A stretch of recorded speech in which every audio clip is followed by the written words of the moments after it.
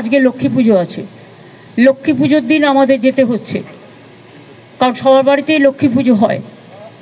এরপর দীপাবলি আছে, দিওয়ালি আছে, ছট পুজো আছে, সেগুলো আস্তে আস্তে হবে। কিন্তু দুর্গাপূজায় কোটি কোটি মানুষ এসছেন কলকাতায়, এবং পুলিশ পরিবার, অ্যাডমিনিস্ট্রেটিভ পরিবার, মিডিয়া, ক্লাবগুলো, পুজো কমিটিগুলো, তারা ভীষণ ভালো রোল প্লে করেছে এবং খুব শান্তিপূর্ণভাবে সমস্তটাই সম্পন্ন করেছে। আমি তাদের থ্যাঙ্কস দিচ্ছি, আমার স্যালুট জানাচ্ছি। এরপর আমি নর্থ বেঙ্গল বলছি। নর্থ বেঙ্গল পরশুদিন রাত্রির থেকে সিএস, আমি, ডিজি, পুলিশ আমরা মনিটরিং করেছি কন্টিনিউয়াস। কলকাতায় একদিন যে 6 ঘন্টা জল জমেছিল আপনারা জানেন, 300 মিলিমিটারের ওপর বৃষ্টি হয়েছিল। নর্থ বেঙ্গলেও খুব আনফর্চুনেটলি পরশুদিন রাত্রে যে বৃষ্টিটা হয় সেটা 300 মিলিমিটার বেগে হয়েছিল এবং 12 ঘন্টা কন্টিনিউয়াস। তারপরে ভুটানের জল সংকোচ থেকে আসে, সিকিমের জল এসে পুরো ফ্লাডেড করে দিয়েছে। আজকেও আমি গঙ্গার সামনে থেকে আস্তে আস্তে দেখছিলাম গঙ্গা পুরো ভর্তি হয়ে গেছে। কাল পরশু হাই টাইড আছে। কথা হচ্ছে আমি কতটা রাজ্যের আমরা জল সামলাবো। বিহারে বৃষ্টি হলে জল চলে আসছে ফরাক্কা দিয়ে, ইউপিতে বৃষ্টি হলে ফরাক্কা দিয়ে জল চলে আসছে গঙ্গায়, গঙ্গা টুবু টুবু হয়ে যাচ্ছে। আমাদের জলটা যাবে কোথায় এখানে জল বৃষ্টি বেশি হলে? তারপরে ধরুন ডিবিসি তো ইচ্ছে মতো জল ছাড়ছে, পুরোটা নিজেদের খালি করে দিয়ে নিজেদের বাঁচাচ্ছে, ঝাড়খণ্ডকে বাঁচাচ্ছে। ঝাড়খণ্ড বাঁচুক আমি চাই, কিন্তু তোমরা সিলট্রেশন করছো না কেন? ডিসিলট্রেশন করছো না কেন? আজকে 20 বছর ধরে বলতে বলতে মুখ ব্যথা হয়ে গেছে। মাইথন, ডিবিসি, পাঞ্চেত কোনো জল ভরবার ক্যাপাসিটি নেই। তাহলে রাখার দরকার কি? ড্যাম না থাকলে ভালো হতো, তাহলে জলটা ন্যাচারাল কোর্সে আসতো, ন্যাচারাল কোর্সে বেরিয়ে যেত, সবাই সমানভাবে ভাগাভাগি করতে পারতো। টোটাল আমরা ফেস করছি, দক্ষিণবঙ্গ ফেস করছে ডিবিসি, পাঞ্চেত, মাইথন। দুর্গাপুর ব্যারেজ দিয়ে জলটা ছেড়ে দিচ্ছে এবং আমাদের ব্রিজ থেকে শুরু করে সব কিছু ওই জলের ফোর্সে উড়িয়ে নিয়ে চলে যাচ্ছে। নর্থ বেঙ্গলেও যেটা হয়েছে, তবু ভুটান গভর্নমেন্ট কালকে আমাদের একটা চিঠি দিয়েছে দুঃখ প্রকাশ করে। দুঃখ ঠিক নয়, যে আমরা ওদের রিকোয়েস্ট করেছিলাম স্লোলি জলটা ছাড়তে, কারণ একটা জল যখন ছাড়ে আসতে 2-3 দিন টাইম লাগে।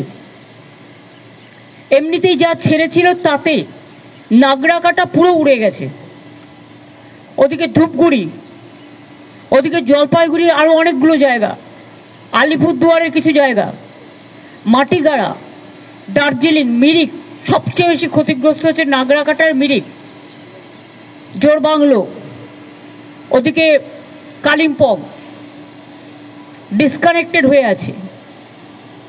তার মধ্যে মনে রাখবেন আমরা ট্যুরিস্টদের সব রেস্কিউ করেছি। ডায়মন্ড হারবারের একজন মিসিং আছে, অনেক দূরে ছিল, সে মিসিং আছে। তাছাড়া 500 ট্যুরিস্টকে আমরা আজকেই নিয়ে আসছি নিচে, এবং অলরেডি আমরা 45টা ভলভো বাসে ট্যুরিস্ট যারা ওখানে ছিল তাদের কালকে নিয়ে এসছি। 250 জনকে আমরা শিলিগুড়িতে রাখার ব্যবস্থা করেছি এবং 500 জনকে আমরা 45টা ভলভো বাস এবং নর্থ বেঙ্গল স্টেট ট্রান্সপোর্টের বাসে আমরা তাদের নিয়ে আসছি। আর ট্যুরিস্টরা যারা আসতে পারেনি এখনো পর্যন্ত, হোটেলগুলোকে বলা হয়েছে তোমরা কোনো খরচা নেবে না ওদের কাছে, দরকার হলে গভর্নমেন্ট দেখবে। কিন্তু ওরা বিপদে পড়েছে, ওদের তোমরা কেউ হোটেল ছাড়াও করবে না যতক্ষণ পুলিশ ওদের সেফলি রেস্কিউ না করছে। আর 2 হচ্ছে ওদের নিয়ে আসার দায়িত্ব আমাদের, কারণ অনেক সময় জলে মানুষের টাকা পয়সা, কাগজপত্র সব কিছু নষ্ট হয়ে যায়, সেসবগুলো তো দেখা দরকার আমাদের মানবিকতার খাতিরে, এটা আমাদের বুঝতে হবে। তাই আমরা তাদের ফিরিয়ে আনার ব্যবস্থাও করছি। সুতরাং অল ট্যুরিস্ট আর সেফ এবং পুলিশ ওদের সেফলি রেস্কিউ করেছে। এছাড়াও পুলিশ অলরেডি কমিউনিটি কিচেন তো স্টার্ট করেছে, মিরিক থেকে শুরু করে নাগরাকাটা থেকে শুরু করে বিভিন্ন জায়গায়। আমার সাথে চিফ সেক্রেটারি যাচ্ছে, ডিজি চলে গেছে অলরেডি। অরূপ বিশ্বাসকে আর গৌতম দেবকে আমি আজকে ধূপগুড়ি পাঠিয়ে দিয়েছি, এবং আমি আর সিএস যাচ্ছি হাসিমারাতে। হাসিমারা থেকে আমরা যাব নাগরাকাটায়, যতদূর পর্যন্ত যাওয়া যায় ততদূর পর্যন্ত যাব, গিয়ে চেষ্টা করব আমরা, কিন্তু হয়তো অতদূর যাওয়া যাবে না, কারণ রাস্তা টাস্তা সব ডুবে আছে। এমনকি বিডিও অফিস এমন জল ছেড়েছে, বিডিও অফিস, পুলিশ স্টেশন সবটাই জলের তলায় চলে গেছে।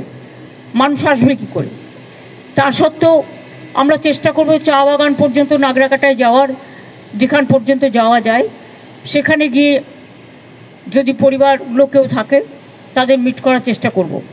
আর আগামীকাল তারপরে আমরা হাসিমারা থেকে আবার বাগডোগরা ফিরে আসবো রাতেই, এবং আগামীকাল আমরা মেরিকে যতদূর যাওয়া যায়, যে পর্যন্ত সেই পর্যন্ত যাব। আমরা আগেও আপনারা জানেন যে কলকাতার বৃষ্টিতে যারা মারা গিয়েছিল আমরা একটা কম্পেনসেশন ডিক্লেয়ার করেছি, কিন্তু পাহাড় একটু আলাদা, পাহাড় একটু কস্টলি। তাই পাহাড়ে বিশেষ করে কালকে যারা বন্যায় মারা গেছে, মানে ম্যানমেড বন্যায়, পরিকল্পিত বন্যায়, জল ছাড়ার জন্য, এবং অতি দুর্যোগ, অতি বৃষ্টি সারা ভারতবর্ষের প্রতিটি জায়গাতেই হচ্ছে, উত্তরাখণ্ড থেকে শুরু করে, বিহার থেকে শুরু করে, ইউপি থেকে শুরু করে। আর বাংলা তো নৌকার মতো, সব জলটা বাংলার মধ্যে এসে জড়ো হয় জিওগ্রাফিক্যালি। যদি ফরাক্কাটা ড্রেজিং করতো, যদি কলকাতা পোর্ট ড্রেজিং করতো, যদি হলদিয়া ড্রেজিং করতো, যদি ডিভিসি, পাঞ্চেত, মাইথন তারা ভালো করে যদি পলিগুলোকে সরিয়ে দিত, তাহলে কিন্তু এই জিনিসটা হতো না। অনেকটা জল ধারণ করবার ক্ষমতা তাদের থাকতো। তা সত্ত্বেও আপনাদের মনে রাখতে হবে, আমরা 5.5 লক্ষ পুকুর কেটেছি নতুন করে, 500 চেক ড্যাম করেছি, তাতেও কিন্তু অনেকটা জল আমরা সংরক্ষণ করতে পারছি। কিন্তু গঙ্গা সংস্করণ হয় না।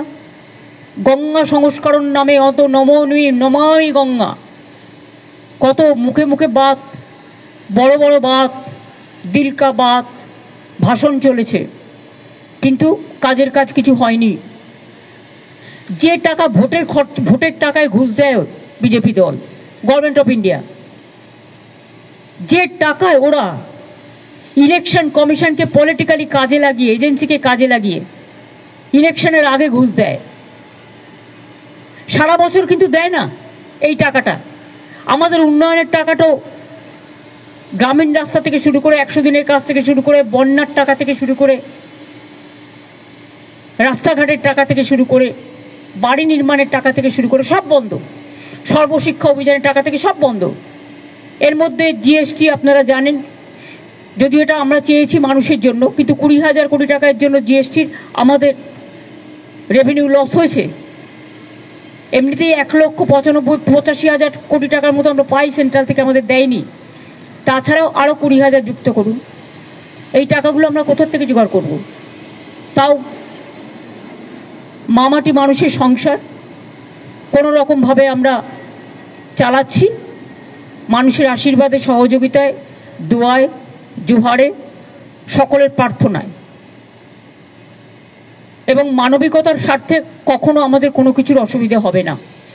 সন্দেশখালিতে আপনারা দেখেছিলেন কতগুলো ঘরবাড়ি ভেঙে গেছিল একটা লোকাল ঝড়ে, পরের দিনই তৈরি করে দিয়েছে, এবং সেখানে পুলিশকে আমি থ্যাঙ্কস দিচ্ছি যে ওরা কাজটা ইনিশিয়েটিভ নিয়ে করেছে অ্যাডমিনিস্ট্রেশনের সাথে। আমি এই পরিবারগুলোর জন্য, যারা মারা গিয়েছেন 23 জন,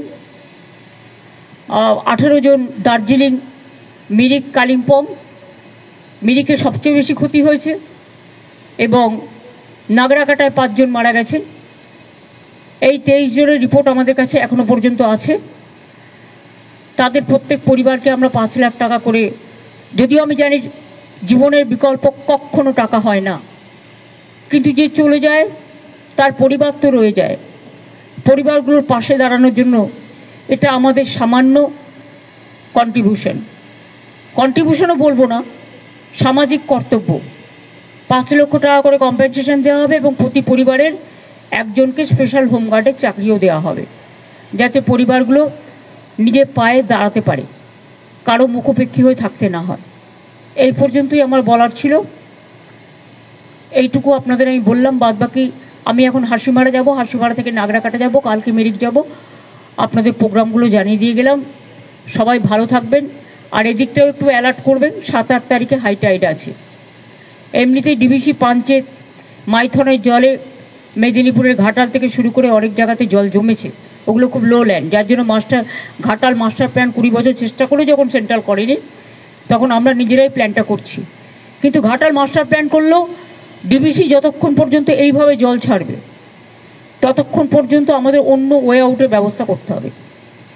আমরা তো চাই ড্যামের দরকার নেই, ড্যাম থেকে কী লাভটা হলো? সিকিমে 14টা হাইডেল পাওয়ার করেছে তিস্তা ব্রিজের ওপরে, জল ধারণটা করবে কোথায়? সবটাই শিলিগুড়িতে এসে পড়ছে, মাটিগাড়াতে এসে পড়ছে, কালিম্পংয়ে এসে পড়ছে। প্রবলেমটা তো আমাদের ফেস করতে হচ্ছে, আর নিজেরা শুধু টাকা ইনকাম করে যাচ্ছে, আর সিকিমের মানুষের টাকা নিয়ে শিলিগুড়িতে সব বিজনেস করে যাচ্ছে। খবর সব আমরা রাখি, দুর্ভাগ্যজনক। ওরা তো 90% সাবসিডি পায়। আর জেনে রাখবেন, সিকিমকে 8 স্টেটে আমরা ইনক্লুড করেছিলাম, তৃণমূল কংগ্রেস। কারণ যখন অটল বিহারী বাজপেয়ী প্রধানমন্ত্রী ছিলেন তখন আমরা একটা বেঙ্গল প্যাকেজ করেছিলাম, আমরা সরকারে যাইনি, তখন আমরা সিকিমকে ইনক্লুড করিয়েছিলাম বাংলার পার্শ্ববর্তী বলে। আমাদের অনেক ট্যুরিস্ট যায়, অথচ ওরা সেখানকার মানুষের টাকাটা পায়, টাকাটা মানুষের কাজে না লাগিয়ে সেই টাকাটা শিলিগুড়িতে এসে ব্যবসার কাজে লাগায় আর দার্জিলিংকে উস্কানি দেয়। আমি যেমন পাহাড়কেও ভালোবাসি, আপনারা দেখেছেন কয়েকদিন আগেও নর্থ বেঙ্গল থেকে আমি ঘুরে এসেছি, আবার আমাকে লক্ষ্মী পুজোর দিনই চলে যেতে হচ্ছে, কারণ কোনো উপায় নেই বলে।